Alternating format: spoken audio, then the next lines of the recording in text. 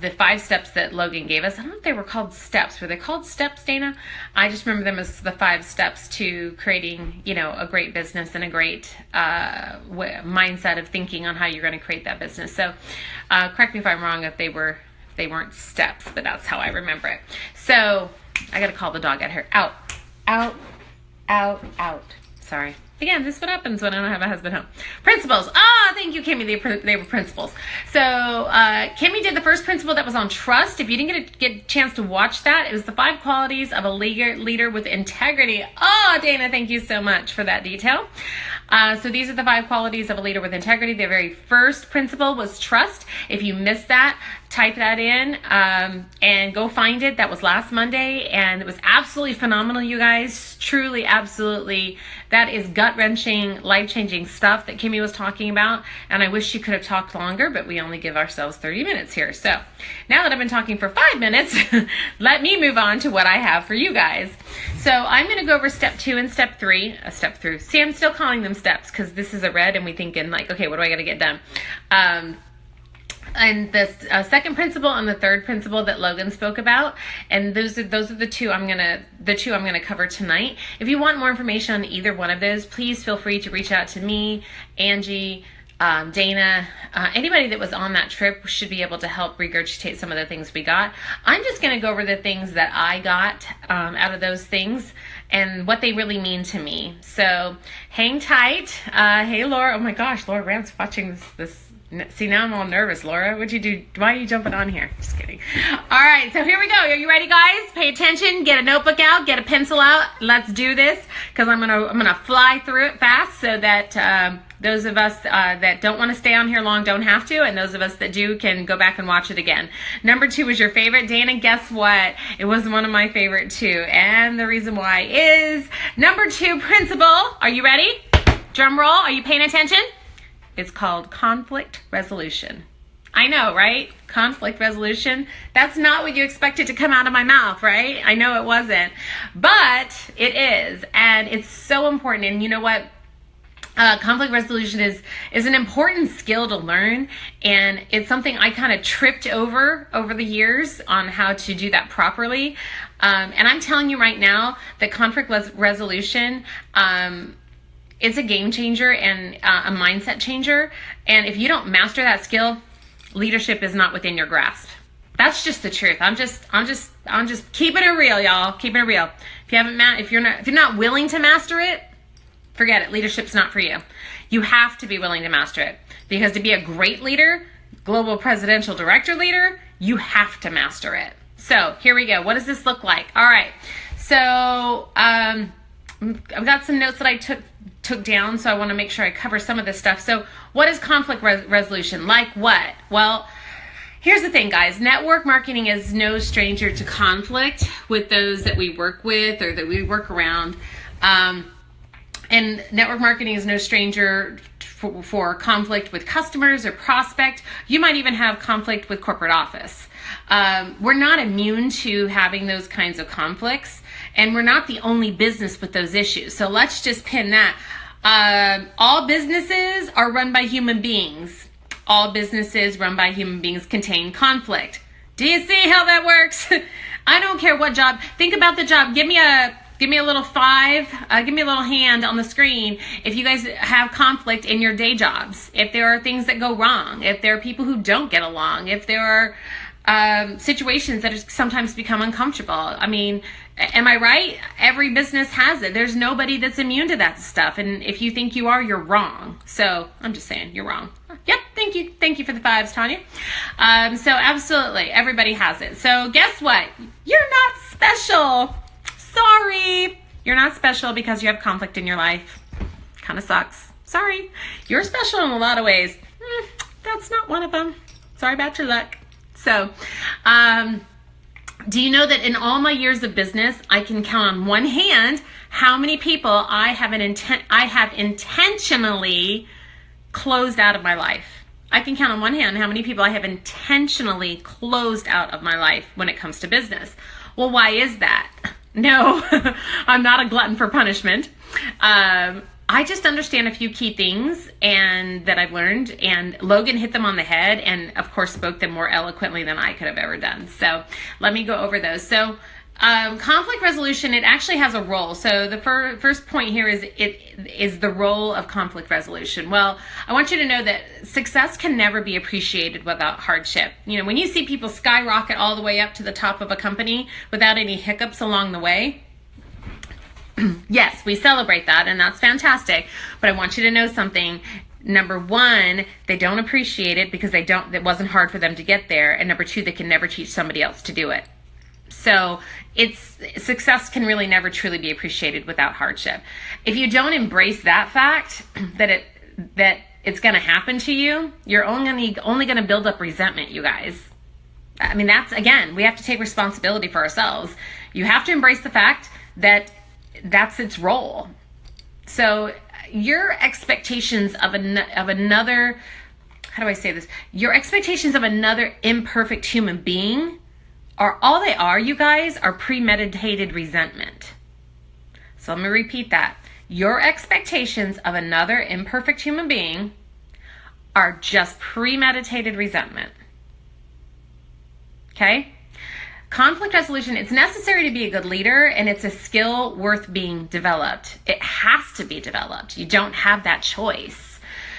You know, it was written thousands of years ago that in this world, you will have trouble. But yet we get shocked when somebody does something to us, or a customer tells us no, or somebody badmouths our ID Life business. Are you serious? It's been written for thousands of years that in this world you're going to have some trouble. Stop being shocked and stop saying, okay, how do I resolve this? That's just crazy. So I want you to think about that. Yeah, premeditated regret. That's great, Kimmy. That's actually a good point. I could go into a whole nother thing on that, but I won't. So here's the next point of this, stories. So point 2 of this is stories. We love to create stories, don't we? So what do I mean by that? Oh my gosh, we are such good story makers, us human beings. So, example, my prospect didn't text me back because blank, fill in the blank. So what are some things that go on in your mind that you know that you think automatically when your prospect doesn't text you back? Type it on the screen. What is it? What goes through your mind when your prospect doesn't text? My prospect didn't text me back because blank. Fill in the blank. It could be anything. We're great storytellers, right? So I know for me, my prospect didn't text me back because, yes, they're ignoring me. Yeah, that's usually what I think too. Oh, absolutely, Dana. That's a great one. My prospect didn't sign up like they said they were going to because fill in the blank. We make up the story, all right? Here's another one for you. My upline never calls me because blank. I know you think it. Don't think that we don't know. We ain't stupid. We might not be perfect, but we're not stupid. My upline never calls me because blank, right? Yes, they suck. Yes, they think I'm crazy. Well, I never thought about it that way, Maureen. Oh, you're probably talking about your prospect, aren't you, Maureen? I don't think you're crazy. But think about the blanks you fill in for why your upline may not call you as often as you want them to. Okay. Another one is that other team member that said that or did that to me, said that or did that to me because blank. And we make up a story about it and we decide what it means. Okay? Yes, can be good. Maureen is crazy and I love that. That's awesome. So I want you to understand that we make up these stories in our head and we decide what they mean and how much merit they have. Yeah, we give ourselves way too much power in that area. I'm just saying. So we create the story based on a few things. Based on history, could be history with that person or just history in your life. Personal biases, we all have them. Don't say you don't, because we all do. And sometimes the human need for something interesting to think about. I know, right? The human need for something interesting to think about. You know those people that they thrive in that dramatic situation, in those dramatic situations, and nobody thinks that's them. Girls, guys, there's a lot of them out there. So it could be you, even if it's just a smidge. So I want you to know that these are normal things. This is why we do it. You're not bad or wrong or horrible because you do that. We're humans because we do that. All right?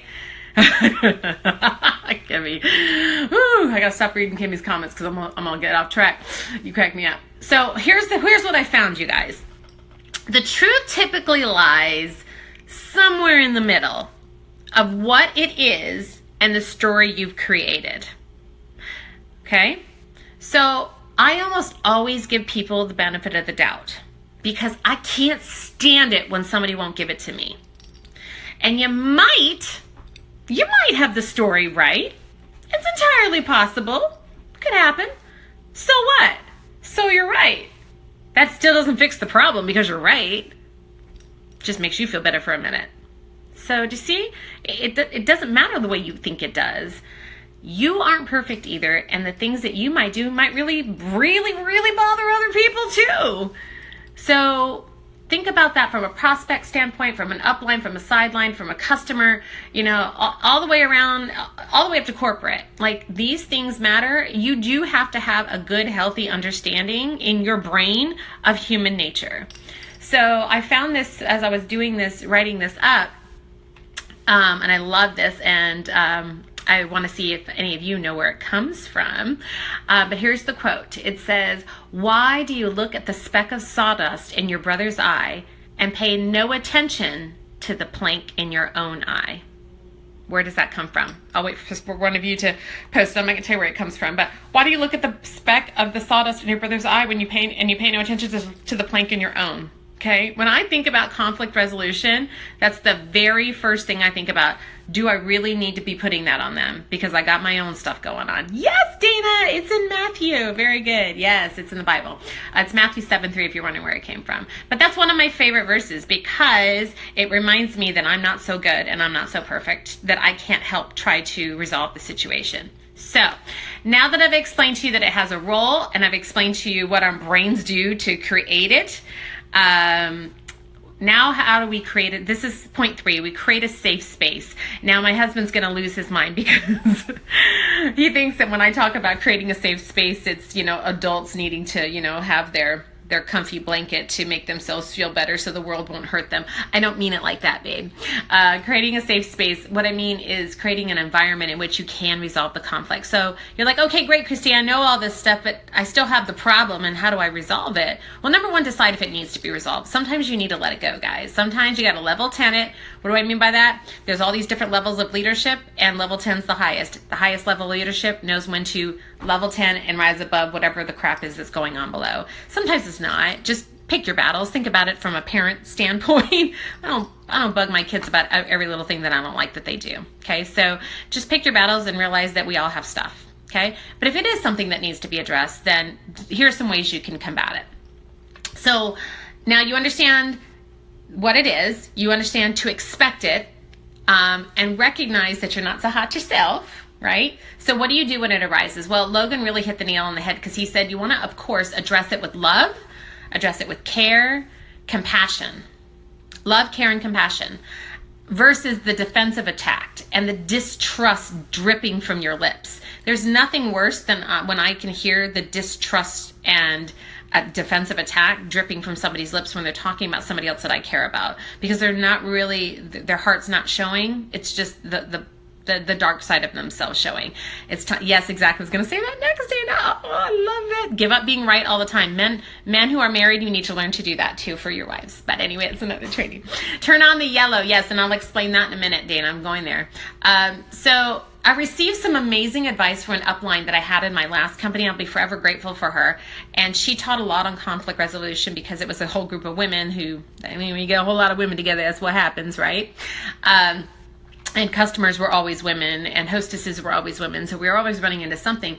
And she said to me, Christy, if it's truly an issue that must be addressed, I want you to die to it for 3 days, and then rise up and address it. Die to it for 3 days, then rise up and address it. And I bet you can guess why she carries that principle. It's a biblical one.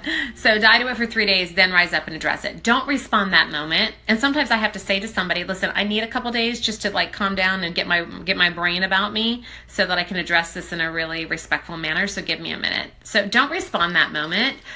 Your humanness will get in the way if you do. So especially if you're really hot under the collar about it. And then when you're ready, address it. And you're ready to address it to the person that you need to, whether it's a customer, prospect, sideline, upline, even in your own family, even in your friends and in your life. Listen to the person. Listen. I want you to listen to them. I want you to hear them. I don't want you to be heard by them. I want you to hear them. I don't want you to be heard by them. Okay? So this is huge. You need to know where their head is, where their heart is, and where their mind was when approaching them. How else can you ever truly understand what happened? There's no way. If you are addressing them to hear them versus speak at them, makes all the difference. Listen, Linda. Yes, I love it. Exactly. All right. That kid just wanted to be heard, but he didn't want to hear her. Okay. So be the one that wants to hear them. Even if you're the one that's upset, even if you're the one that's been wronged or been mistreated, speak to them so that you can hear them and hear their heart and hear where they're coming from. It will make all the difference. I promise you. So ask them, why do you feel that way? Why do you feel that way? Let them talk. You're not trying to win, guys. You're trying to resolve it. Okay? You're not trying to win. You're trying to resolve. Also, I want you to try to remember the color personality that you're speaking with. Now, this is not a must, but it's helpful if you know it. Okay? So I'll give you an example. Reds. Me. Are direct, to the point, and want to move on quickly. All right? We're direct, we want to move on quickly, and we're to the point, and I don't want to mess around with it and stay on it. Okay? I want to level 10 and move on because I got bigger, better things to take care of. Okay? If they are green, they need all the details of the situation to understand it. Blues don't want to mess with it because it's not fun, and they quickly forgive to move on to a happy place. And yellows, well, my sweet yellows, they'll be the first ones to forgive, apologize, and love on you, even if it was their fault. Now, here's the thing. If someone reacts differently than what you would have expected, this is probably why, because you're not speaking the same language that they are. So be prepared when you go in to have that conversation. Now, you may not know their color, but when they respond to you, you should be able to pick up on it and understand why they're responding that way. So when people bring me stuff and I'm like, okay, great, well, what can we do? Da, da, da. All right, now let's move on. It's not that I don't care. It's because I'm a red. I'm already programmed to just move on from it. Okay? All right. There is no guarantee. That's the last point I'm going to make about conflict resolution. There's no guarantee. All right. Even if you do the right thing and you do everything perfectly, that doesn't mean the other person's going to change their minds or behave differently. But if you level 10 it, that's growth for you. That's success for you. In the end, final rejection is God's protection anyway over your life. Let me repeat that. Final rejection is God's protection over your life. You don't have to get over it, guys, but you do have to get past it. Logan said, remember, there are traffic jams at the bottom of Success Mountain. There are traffic jams at the bottom of Success Mountain. And at the bottom of Success Mountain are lots of conflicts because we're humans and it's what we do and we do it really well. Okay. All right. So let me move on. So this is the third principle, and this one I'm going to do pretty quickly. It's relentless commitment. Now, I know you probably think, oh, we hear about Christy and Dana talk about commitment all the time. It's all they talk about is commitment and consistency. Well, hopefully I can give you a little more perspective on why we feel that way about it and how we go about it, because Logan gave some great tips on how to maneuver through this. I wish I could repeat everything he did, but you can't. You can only give the snippets, right? It's how it works. Like all other businesses out there, unfortunately, the waters of network marketing have been tainted. And why do I say like all other businesses? Because think about hospitals. Don't they get a bad rap? Lawyers, don't they get a bad rap? Police officers tend to get a bad rap. All right? Everything gets tainted. We are not an exception to that because we're network marketers with no boss or corporate entity telling us what to do. If anything, we're placed even more in front of the fire because we don't have any boundaries of how we're supposed to do this. This is why we do this training every Monday night, to teach you the boundaries. You have to prove to the world that this is going to work. You know, God put this mountain in your path to prove by faith and works that it actually can be moved. That's on purpose. Have you ever heard the quote, faith without works is dead? You can love and believe in ID Life, guys, but without work, it's just love and belief. Nothing more. Consistency has to be an inside job. It's not only an outward action, it has to be an internal quality of what you do daily. Consistency is like baptism. It's an outward public expression of an inward feeling and quality. Okay? I want you to think for a minute, to create relentless commitment, why did you decide to share and build ID Life in the first place? If you aren't working towards that consistently, then what's the point? You know, I love Ty Toss' analogy at Revolution of the stalled airplane. And he was talking about if you're going down the runway and you're pushing on the throttle or pulling back on the throttle. I don't know. One of the two ways makes it go, right? I think you pull back maybe. So, and you get about, 10, 15, 20, 30 feet down the runway and you all of a sudden let go of it. And then you push on it again for 50 feet and you let go of it. And you push on it again for 100 feet and you let go of it. Are you ever going to get off the ground like that? You're not pulling back in small airplanes. Thanks, babe. So as you're pulling back, it's never going to get enough lift to fly, guys, if he keeps letting go every 50 to 100 feet or every time he sees an obstacle on the runway. He's never going to get off the ground, ever. So that's relentless commitment to me, is he's going to pull back and he's going to hang on regardless of the obstacle because he wants the plane to get off the ground. Okay? Jason, you're crazy. So what if you had no other options, guys, to earn an income? This was it. What would you change in your daily habits? What would your relentless commitment look like? And if ID Life isn't the way to make money while you sleep, what is? You better come up with something. We all know that all of our little securities later on in life just quite possibly won't be there. So what's your plan B? If your why does not make you cry, it might not be big enough, guys. Money is a motivator, but it's not your why. What you plan on doing with the money might be your why, though. I need you to think about that. You may not know today, and that's okay. You don't have to know today. But the fact that you're seeking it and you've got it on your radar, that's, that's 3/4 of the battle to even developing it to begin with. Okay? So the last thing is, I want you to remember that when your belief in what you're doing passionately goes up, your commitment level follows. And when your commitment level goes up into full force, so does your belief. You can't have one without the other and climb into leadership with this business. So motivation to be committed. It's like taking a bath. It's got to be done daily to have great results. And I think that's Zig Ziglar. So I hope this was helpful for you guys tonight. I hope you gained a little insight to the second and third principle of leadership. Remember, we have Live It Up Las Vegas coming up in September. Remember, we have Houston and Virginia having events this week. And remember that I will be in Houston at the end of June.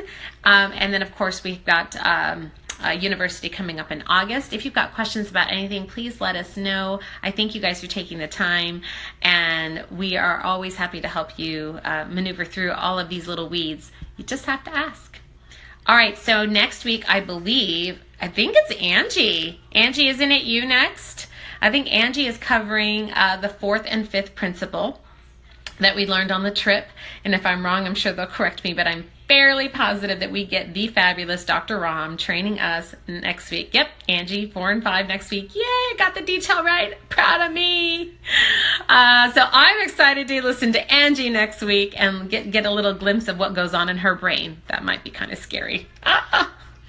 All right, you guys have a wonderful evening, and we will talk to you again soon for our Wednesday night, our Wahoo Wednesday, our 15-minute training.